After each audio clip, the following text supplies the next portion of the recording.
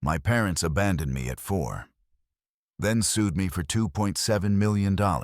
My grandpa left me in his will. I was 29 when I walked into a Boston courthouse as the defendant in a lawsuit filed by two people I barely knew. My biological parents. The marble floors gleamed under the morning light, polished to perfection, and my heels clicked with a rhythm I tried to keep steady despite the chaos brewing inside me. I'd walked these halls hundreds of times before, but always as a prosecutor, always on the other side of the table. Today felt different, exposed, personal. I spotted them immediately, Linda and Mark Carter. The names felt clinical in my mind, like case files rather than family. Linda sat in the gallery, her hand resting on her attorney's sleeve as she leaned in close, whispering something that made them both smirk. The diamond bracelet on her wrist caught the light, expensive, tasteful, the kind of thing someone wears when they want to be noticed.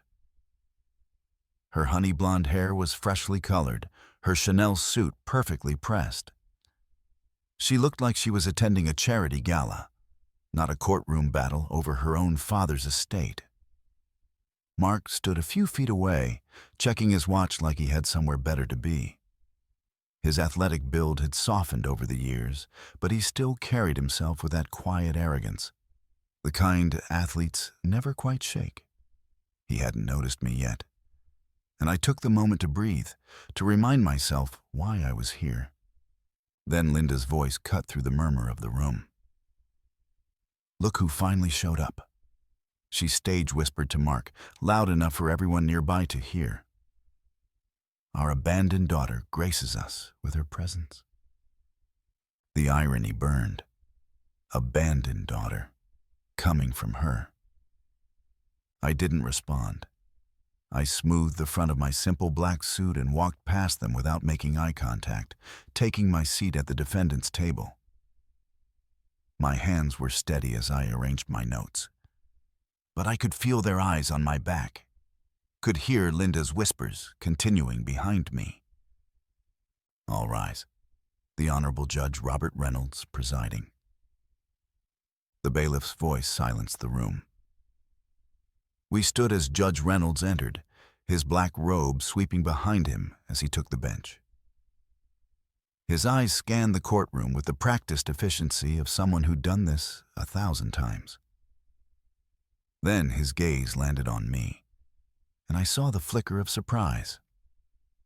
"Assistant District Attorney Carter," he said, his tone measured but curious. "Unusual to see you on this side of the courtroom today?" "Yes, Your Honor," I replied, keeping my voice even. "Family matters have a way of bringing us to unexpected places." Behind me, I heard Linda's sharp intake of breath. Mark's face had gone pale. They hadn't known. They had no idea their abandoned daughter had become a prosecutor, and a good one.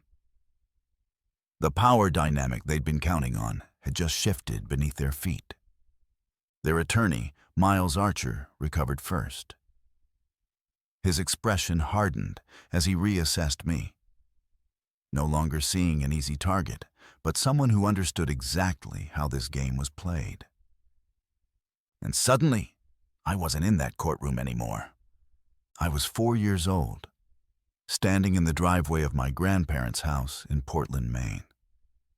The summer heat made everything sticky and slow, and I could hear my parents arguing by the trunk of their car. My grandmother, Margaret, held me on her hip, her arms tight around me, even though I didn't understand why. "It's just for a few months, Mom," Linda was saying, not quite meeting Margaret's eyes.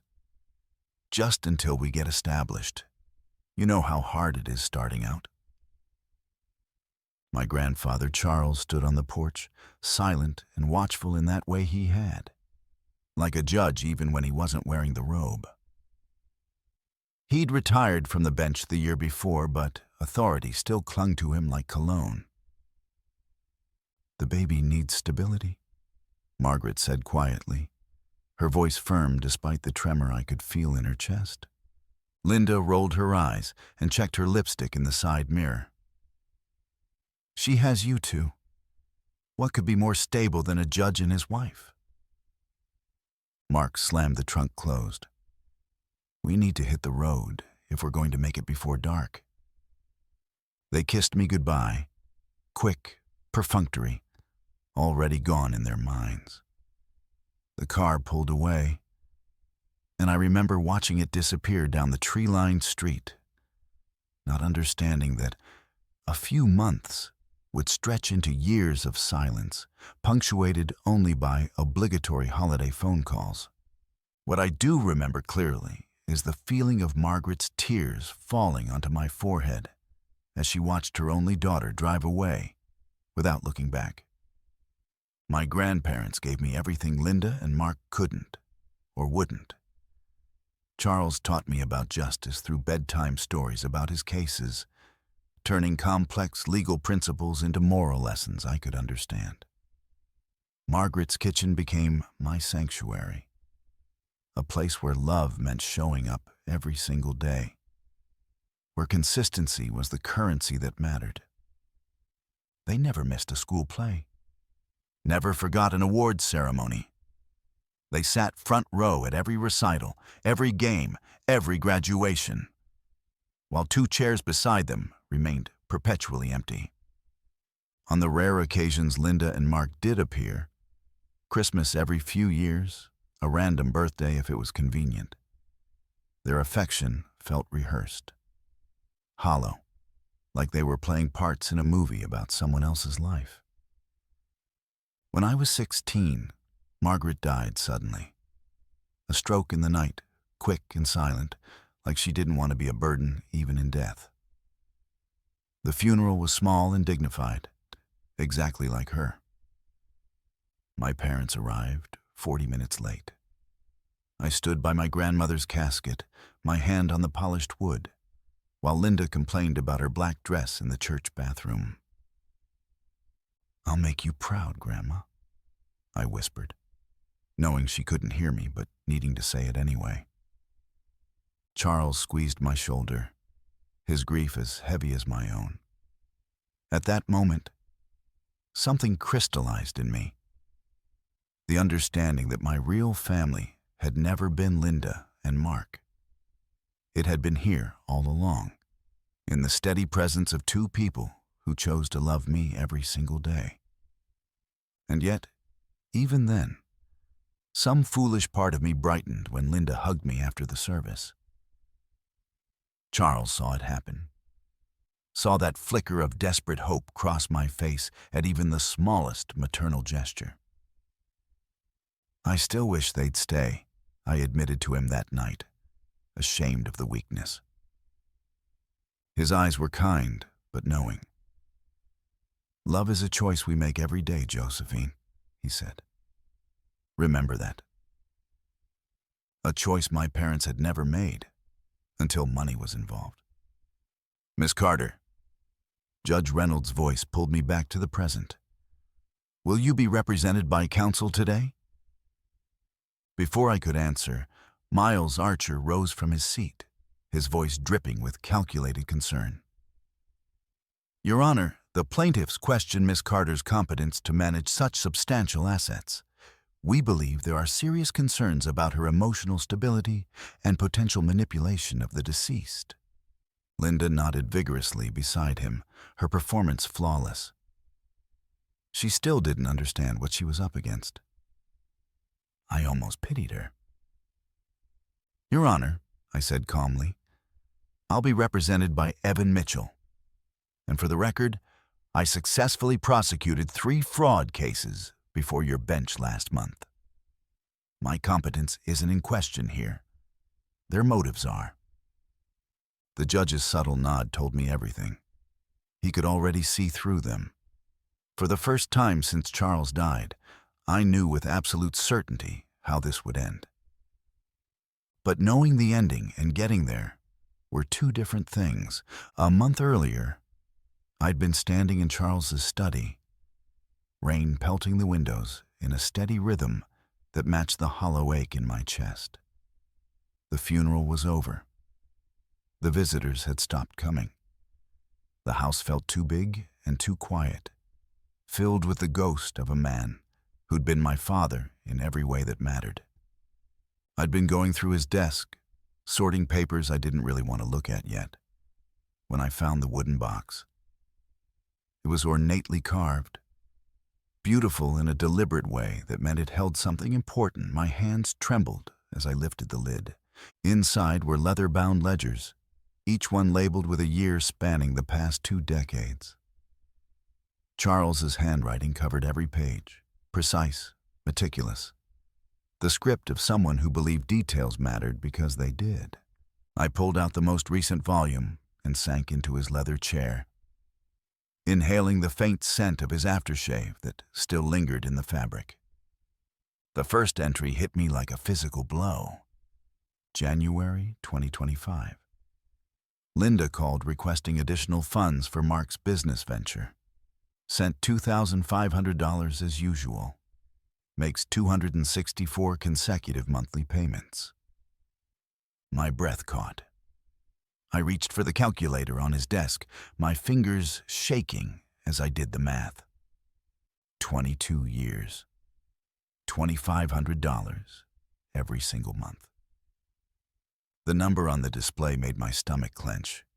$660,000. They took enough to buy a house, I whispered to the empty room. I pulled out more ledgers, flipping through years of identical entries. The same amount, the same pattern, month after month after month. Between the pages, photographs fell out. Linda on a yacht in the Mediterranean. Mark at exclusive golf courses. Both of them living a lifestyle funded entirely by the man they rarely bothered to visit. The dates on the photos made it worse. Linda grinning on a beach in Monaco the same week Charles had called me, asking if I could come help him with his medication because he was having trouble remembering the schedule. Mark playing golf at Pebble Beach. During the week Charles had his first heart surgery. I moved to his computer, typing in the password I knew by heart. Margaret's birthday, the one date he never forgot. The emails were worse than the ledgers. Dad, Mark needs new equipment for tryouts. The coach says he has real potential this time. Daddy, I miss you terribly, but can't afford the trip right now. If you could help just this once. You never supported my dreams the way you supported Josephine's. Maybe if you helped us more, I could visit more often. The manipulation was so transparent, it made my teeth ache. And mixed in with the blatant requests for money were the emotional blackmail attempts, the subtle accusations, the way Linda weaponized Charles's love against him. Mom always said you loved Josephine more than me. I guess she was right. I closed the emails, needing air, but found myself searching deeper instead. Mark's requests were less frequent but larger. Business ventures that produced nothing but excuses and more requests. Linda's social media accounts, usually private, had recent public posts hinting at Zeitkunt family wealth finally coming their way. A deeper search revealed something even more damning. Linda had been involved in 3 prior inheritance disputes with other relatives. The pattern was clear now. This wasn't about grief or love. This was what she did. This was how she operated. By dawn, I'd compiled everything. The ledgers, the emails, the bank statements, the pattern of exploitation spanning more than 2 decades. And then I found the drawer with my name on it. Inside was a sealed envelope, the wax emblem of Charles's judicial office still intact. My hands trembled as I broke the seal. My dearest Josephine, if you're reading this, they've already begun their pursuit. Remember what I taught you. Justice isn't always found in courtrooms. Sometimes it's in standing firmly for truth. You have always been the best of me. They know it too, which is why they fear you. With all my love, Charles. Enclosed was a photograph I'd never seen. Charles in his robes, young and resolute, with the same determined expression I'd seen in my own mirror 1,000 times. The tears came then, hot and cleansing, washing away the last of my doubt. I wouldn't surrender Charles's legacy to people who'd treated him like an ATM for 22 years. This wasn't just about money. It was about honoring the man who'd chosen to be my father when my own hadn't. The next morning, I met Judge Elaine Rivers at the Courthouse Cafe. She'd been Charles's colleague for 30 years, and her sharp eyes missed nothing as we spoke in hushed tones over coffee. "Charles spoke of you with such pride, Josephine," she said, stirring her coffee without looking at the spoon. "He knew this day might come." "What do I do?" I asked, allowing myself that one moment of vulnerability. "Document everything," Rivers said. "Your parents underestimate you. Use that." She slid a business card across the table. "Thomas Wilson clerked for your grandfather. He'll testify to Charles's mental clarity right up until the end." That evening, Linda's voice filled my answering machine, saccharine and urgent. "Josie, darling, we need your legal expertise on this little inheritance matter. Surely we can work this out as a family." I drafted my response carefully, every word a boundary. "I will see you in court." Within minutes, my phone rang. I put it on speaker. "Family?" Linda's voice had lost its sweetness. "We're your family, Josie.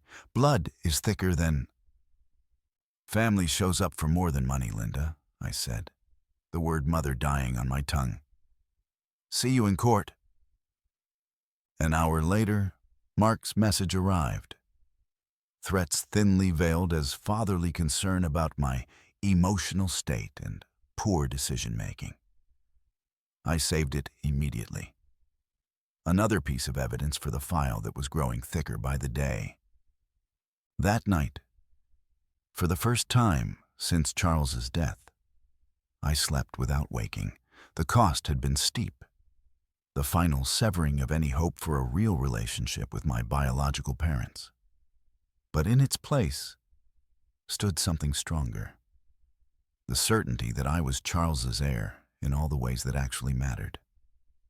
2 days later, the Boston Globe landed on my kitchen counter with a heavy thud. Linda's face stared up at me from page 3, eyes brimming with perfectly timed tears. Heartbroken mother fights for justice against manipulative daughter.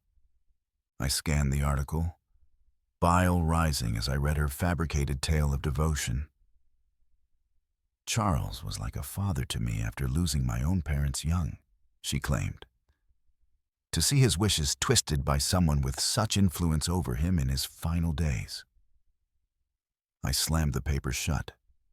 The woman who'd visited her father 8 times in a decade was suddenly painting herself as a grieving daughter denied her birthright. My phone buzzed. Thomas Wilson, my colleague from the prosecutor's office. "Mark Carter was here," he said without preamble. "Cornered me in the parking garage. Wanted to know if you'd been acting erratic at work, expressing concerns about your stability." I pressed my fingers against the bridge of my nose. "What did you tell him?" "That his timing seemed remarkably convenient given the inheritance dispute." Thomas paused. "Joe, they're working every angle. The Attorney General's office got anonymous calls questioning your ethics." Before I could respond, my email pinged. Evan Mitchell, the attorney I'd hired to represent me. "Miles Archer has filed an emergency motion claiming Charles was incompetent when he drafted his will. Court date moved up by 2 weeks. They're accelerating. Archer knows a rushed timeline works against thorough preparation. The walls felt like they were closing in. But instead of panic, I felt something else settle over me. A cold, clarifying anger. They thought pressure would make me buckle. They were wrong. That night, I spread documents across Charles's mahogany desk, the same desk where he'd written landmark opinions that shaped Massachusetts law. Sleep was a luxury I couldn't afford. I arranged evidence chronologically, building a timeline of parental absence so comprehensive it was damning. Holiday cards spanning 20 years, each with the same generic message. Merry Christmas, kiddo. Love, Mom and Dad. No references to my achievements, my interests, my life. They'd never known me well enough to include personal details. I found Charles's private journal entries, his neat handwriting recording each interaction with Linda and Mark. Linda called again about money. Nothing about Josephine's piano recital or how she's doing in school. When I mentioned she won the regional competition, Linda changed the subject. In a Dusty album, I discovered something that broke my heart all over again. Videos of my major life events. High school graduation, college commencement, law school ceremony. In every single video, 2 chairs in the front row bore handwritten signs, reserved for Linda and Mark Carter. Empty chairs that Charles kept saving, despite knowing they'd never be filled. They never really knew me at all, I whispered to the silent room. The next day, I drove to Mount Auburn Cemetery. The autumn air was crisp as I placed fresh flowers on Charles and Margaret's graves. My weekly ritual, something Linda and Mark had never bothered with in life or death. I was arranging the stems when I heard footsteps on gravel. Linda approached, wrapped in a designer coat, checking her watch as if even visiting her father's grave was just another appointment to keep. "I didn't expect to find you here," she said, surprised. "I come every week," I replied, standing to face her. A groundskeeper worked in the distance, the rhythmic scrape of his rake the only sound between us. "You turned him against us," Linda said, her voice hardening. "Charles would never have done this on his own." I took a measured breath, feeling Charles's presence beside me. "He saw you clearly, so do I." Something in my calm tone snapped her control. The carefully crafted mask slipped. "You always had it easy," she hissed. "His favorite. We struggled while you lived in that mansion, getting everything handed to you." I looked at her. Really looked at her, perhaps for the first time, seeing the desperate, bitter woman beneath the polish. "I had grandparents because I had to," I said quietly. "You had a father you chose to ignore." The slap came fast, echoing between gravestones. My cheek burned, but I didn't flinch. Linda's hand hung in the air, her eyes widening as if shocked by her own action. "That's the last time you'll ever touch me," I said, my voice steady. "Goodbye, Linda." I walked away, leaving her standing alone by the grave of the father she'd never bothered to know. Back home, I found 3 voicemails waiting. Judge Rivers asking to meet about court procedures. Evan Mitchell offering to work pro bono. Charles helped me through law school when no one else would. The office manager approving extended leave despite our heavy caseload. Each call represented someone showing up. The contrast with Linda and Mark couldn't have been starker. That afternoon, Thomas arrived with a thick folder. "Archer has a pattern," he explained, spreading documents across my table. Questionable tactics in 3 prior inheritance cases, always representing clients with tenuous claims to large estates. As Thomas detailed his findings, my doorbell rang. Charles's former housekeeper stood on my porch, manila envelope in hand. "I was with him every day for 15 years. she said firmly. That man was sharp until the end. I've written it all down. Dates, conversations, everything. Use it however you need. After she left, I added her statement to the growing pile of evidence. People were appearing from every corner of Charles's life, offering testimony and support. Each one proved what real loyalty looked like. Late that night, I discovered something hidden behind Charles's law books. Another leather-bound journal I hadn't seen before. An entry from the week before his death caught my eye.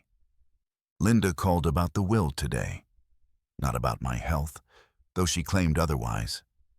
Asked probing questions about my estate planning. Never once asked how I was feeling.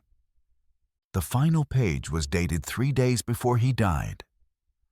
Appointed Josephine executor, knowing she alone has integrity to handle this. The others will come for what they think they deserve. They'll underestimate her, as they always have. But she's ready. Tucked inside the back cover was a sealed envelope addressed to the probate judge, explaining in Charles's precise handwriting his sound mind and deliberate decisions regarding his estate. At the preliminary hearing on the competency challenge, Evan presented this letter along with medical records and witness statements. Miles Archer's face grew tense as Judge Reynolds reviewed the evidence. The evidence suggests Justice Carter was acutely aware of his decisions and their implications. Judge Reynolds finally declared, "The motion is dismissed. The will stands as written, pending full probate proceedings." It was a small victory, but significant. As we exited the courtroom, I caught Linda's expression. For the first time, genuine concern replaced her confident smirk. That evening, I created a comprehensive evidence binder, organizing everything by category. Financial records showing systematic exploitation, my detailed timeline of their absence, medical records confirming Charles's mental clarity, and Linda's contradictory statements highlighted in different colors. As I finished, Evan called, his voice urgent. "Josephine, I found sealed court records from Linda's previous disputes. 2 other wills she contested. Her uncle's in 1998, her cousin's in 2007. Same pattern, same claims of incompetence and manipulation." "She has a history of this," I said. "Yes. And Judge Rivers found legal precedent that applies directly. Peterson v. Thornhill, 2012. The Massachusetts Supreme Court ruled that repeated inheritance challenges constitute a pattern of exploitation." I added this final piece to my binder, quiet confidence settling over me. "They won't see this coming," I whispered, looking at Charles's photo on my desk. The day before the main trial, I worked in a conference room with glass walls that reflected my image as I arranged folders in precise chronological order. Each deposition represented another nail in their carefully constructed coffin. "They've filed a motion to exclude our evidence," Evan announced, entering with coffee and legal briefs. His tie hung loose, evidence of the all-nighter we'd pulled. Archer's claiming it's prejudicial rather than probative. "Which judge?" I asked. "Peterson." Not ideal. Judge Peterson's reputation for excessive caution was well known. I'd argued before him twice, won both times, but barely. "When's the hearing?" "Tomorrow, 9 a.m. I turned to the window, gazing at Boston's skyline. Somewhere across town, Linda was probably rehearsing her tears. The Boston Herald lay open on the table. Her tearful interview splashed across page 3. Mother fights for family legacy. For a moment, doubt flickered. Not about the case, but about public perception. This isn't about headlines, I reminded myself, echoing Judge Rivers' words. The court sees evidence, not media narratives. My phone buzzed. "Thomas, found something. Meeting at lunch?" By the time Thomas arrived with bank statements tracking every transfer from Charles to Linda for 22 years, I'd corrected the technical filing errors Archer's team had identified. Their strategy was clear. Death by 1,000 paper cuts, draining our resources through endless procedural challenges. The amount spiked whenever Mark had career setbacks, Thomas explained, pointing to highlighted entries. 5,000 after team cuts, 10,000 after his final release from the minor leagues. Each professional failure, followed by larger demands on Charles's bank account.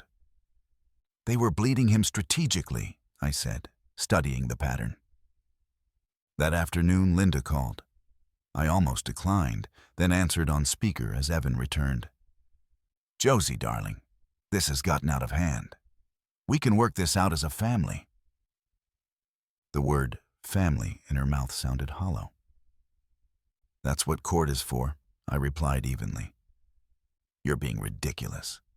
We're your parents. We can split it, 60-40. The insulting offer hung in the air. "I'll see you in court tomorrow, Linda." I ended the call. Evan raised an eyebrow. 60-40? After everything? She still thinks I'm the scared little girl waiting for them to come home.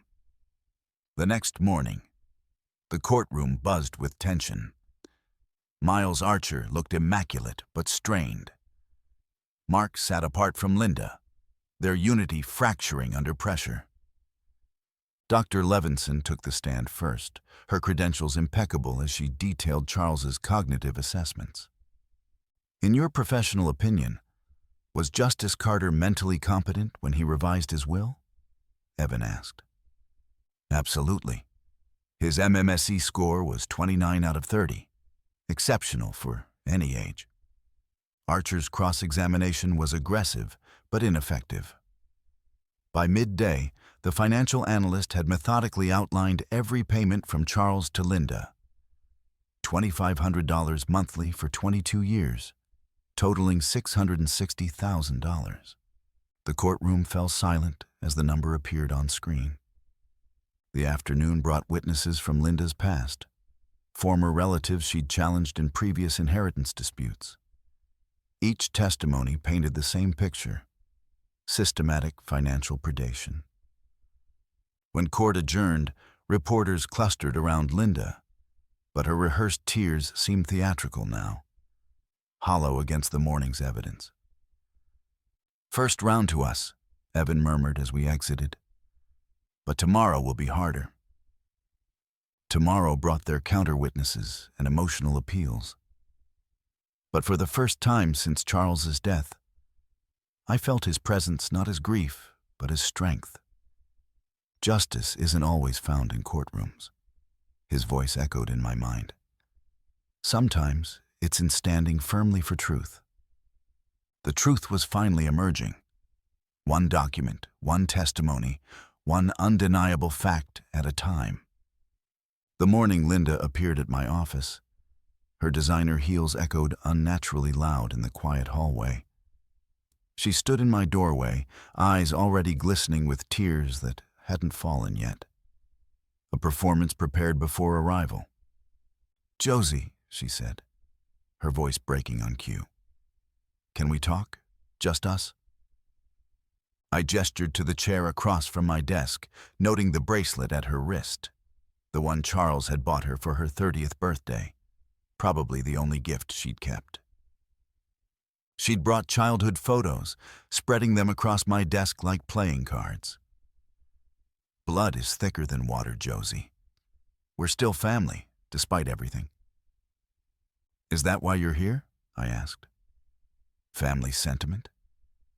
She dabbed at the corner of her eye with practiced precision. "We want to settle. We'll drop the case for just half the inheritance. It's more than fair. Half of what Charles had explicitly left to me. Half of his life's work, his legacy, his final act of love." "Your grandmother would want us to reconcile," Linda continued, pushing a photo closer. Margaret holding me at my high school graduation, one of the 8 times Linda had bothered to show up in 18 years. Margaret always believed in forgiveness. My phone buzzed. Mark calling, the third time in 20 minutes. A coordinated assault. "Your cousins are worried about you," Linda said. "Everyone thinks you're making a terrible mistake. They all remember how close we were." For just a second, that old childish hope flickered, the part of me that still wished things could be different. I extinguished it immediately. I stood, gathering her photos into a neat stack. "Court reconvenes at 9 tomorrow, Linda." The next morning felt different. The courthouse hummed with tension as Miles Archer approached the bench, his confidence bordering on theatrical arrogance. "Your Honor, this case is fundamentally about manipulation," he began, his voice pitched to Carrie. "The manipulation of an elderly man by a woman who positioned herself as his sole caretaker while systematically isolating him from his daughter, his true blood relation." I kept my expression neutral, watching the judge's face for signs of doubt. "The defense presents Charles Carter as a brilliant legal mind, untouched by age," Archer continued. "But brilliance creates blindness, Your Honor. Miss Carter orchestrated a campaign to control her grandfather's final years and, consequently, his estate. We move for an immediate psychological evaluation of Josephine Carter." Whispers rippled through the courtroom. Beside me, Evan scribbled furiously. "Furthermore," Archer announced, producing documents with a flourish, "we present affidavits from 3 of Charles Carter's former colleagues who noted his declining faculties in his final years. The execution of the will itself contains procedural irregularities, witnessed by individuals with clear loyalty to Miss Carter rather than neutral parties." For the first time, I felt genuine uncertainty. Then Charles's doctor took the stand, and everything shifted. "Mr. Carter suffered from arthritis in his hands," Dr. Mendoza testified, "but his mind remained exceptionally clear. I administered cognitive assessments every 6 months at his request. He scored in the superior range until his final days." "Call the bank manager," I whispered urgently to Evan. "We didn't prepare." "Trust me." Minutes later, William Foster took the stand, his bow tie slightly crooked above a starched collar. "Mr. Foster," Evan began, "did Linda Carter ever attempt to access her father's accounts during his lifetime?" Archer leaped up. "Objection! Beyond the scope." "I'll allow it," Judge Reynolds said, leaning forward. "The witness may answer." Foster adjusted his glasses. "Yes, on 3 separate occasions. Most recently, 4 days before Mr. Carter's passing, she presented a healthcare power of attorney document which Mr. Carter had never signed." The courtroom fell absolutely silent. Linda's face had gone white. Mark stared at his shoes. "No further questions," Evan said. What had begun as our defense had become their prosecution. The final day arrived with the courtroom packed to capacity. I took the stand, hyper-aware of every eye upon me. "Miss Carter," Evan began, gently, "why are you contesting your parents' claim?" I met his gaze steadily. This case has never been about money. Methodically, I recounted a lifetime of abandonment. Holidays spent waiting by windows, school events with empty chairs, birthdays marked by brief phone calls that came days late, if at all. "I'd like to read from my grandfather's journal," I said, opening the leather-bound book. October 12th, 2018. Linda called today. I had hoped, foolishly perhaps, that my illness might inspire her to become a mother at last. Instead, she asked about my investment portfolio. Linda shifted uncomfortably as I continued reading entry after entry, year after year of hope disappointed. "And this," I said, holding up a faded calendar, "is my grandmother Margaret's tracking of Linda's promised visits." Red X marks covered the pages. 22 years of broken promises, Your Honor. When I finished, Evan rose again. Your Honor, we request permission to play a video deposition from Charles Carter, recorded 6 months before his death. Archer objected immediately, but Judge Reynolds overruled him. Charles appeared on the courtroom screens, sitting in his study. His hands were gnarled with arthritis, but his eyes were sharp, his voice clear and deliberate. I make this recording in sound, mind, and body, anticipating a challenge to my will. I leave my estate to my granddaughter, Josephine, not out of confusion or manipulation, but with complete clarity of purpose. He leaned forward slightly, those judicial eyes looking directly into the camera. Linda, if you're watching this, know that I loved you until my last breath. But you chose absence. Josephine chose loyalty. The law recognizes both blood and choice, and so do I. Linda gasped audibly. Mark couldn't look up. Financial records appeared next. 22 years of monthly payments highlighted in red. $660,000 total. A calendar showed my daily care for Charles. 2,500 days versus Linda's 8 visits over the same period. Finally, the clerk read Charles's letter to the court, his words filling every corner of the room.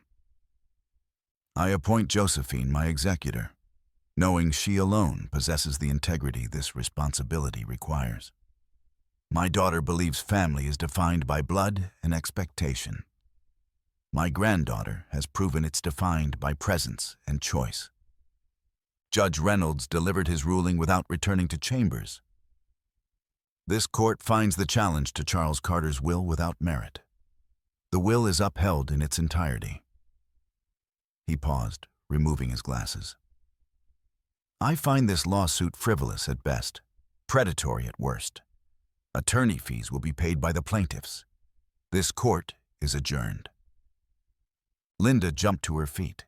This is absurd. I'm his daughter. Order? Judge Reynolds' gavel cracked like thunder. This court is adjourned. Reporters swarmed as we exited. Linda pushed through them, reaching for my arm. Josie, she pleaded, her voice breaking. I'm your mother. I turned to face her fully, camera flashes illuminating the moment. Margaret was my mother, I said quietly. You gave birth. There's a difference. Linda collapsed into tears, the scene playing out before a dozen news cameras. Mark walked away, without a backward glance, leaving her alone in the crowd. Outside, sunlight warmed my face. I took off my jacket, suddenly feeling lighter than I had in months. You did it, Evan said, smiling beside me. How do you want to celebrate? I considered this as we walked down the courthouse steps. I think I'll plant roses at their graves today. Margaret always loved roses. A year later, morning light streamed through my office windows. Windows I'd finally unblocked after realizing I'd been working in Charles's shadows for too long. Margaret's knitting basket sat on my credenza, repurposed for case notes, but still carrying her essence. The phone rang. Judge Carter? It's Angela from the Foundation. The scholarship committee just approved the first 5 recipients for the Carter Fund. My fingers traced Charles's gavel, now displayed prominently on my desk. Tell me about them. All raised by grandparents. One girl from Portland reminds me of your story. Her essay mentioned feeling more authentic with her grandmother than she ever did with her mother. The inheritance that Linda and Mark had coveted now funded college educations for children whose stories mirrored my own. Last week's robing ceremony still felt dreamlike. Becoming a circuit court judge in the very courthouse where my battle had played out carried a symmetry even Charles couldn't have scripted. Judge Rivers had placed the black robe over my shoulders in the chamber Charles once used. Your grandfather stood exactly where you are, she'd whispered.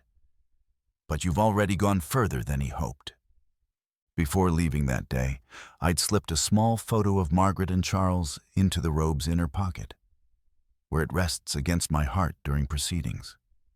The letter from Linda arrived yesterday. Cream envelope, expensive stationery, offering reconciliation now that I'd made something of myself. A year ago, it would have triggered desperate hope or burning anger. Today, I simply read it twice, considering her words with the same measured assessment I give any case before my bench. My response was brief. I wish you well, but our paths diverged long ago. No anger, no vindication needed, only clarity. Judge Rivers noticed the shift over coffee this morning. Charles would be proud of your piece, she said. The hardest judgment is knowing when to close a case for good. She's right. I'm finally free from the cycle of hoping for impossible parental love. The wound has become a scar, visible but no longer painful. Last night, I wrote in my journal, finding family isn't about blood, but about presence. Yesterday, a young attorney with eyes carrying too much history stopped me in the hallway. My mother's contesting my grandmother's will, she admitted quietly. I didn't impose my story on her, but I shared Charles's wisdom. Justice begins with honoring truth. 5 years from now, I'll stand before the mirror in the Massachusetts Supreme Court chambers at 41, adjusting my robe. For a moment, Linda's face from that first courtroom encounter will flash in memory. But it'll be distant thunder, no longer a storm threatening to drown me. 20 years from now, I'll preside over a case remarkably similar to my own. A young woman on the stand speaking of grandparents who raised her when parents abandoned their responsibilities. I'll quote Charles's letter, the words burned into memory. Justice isn't always found in courtrooms. Sometimes it's in standing firmly for truth.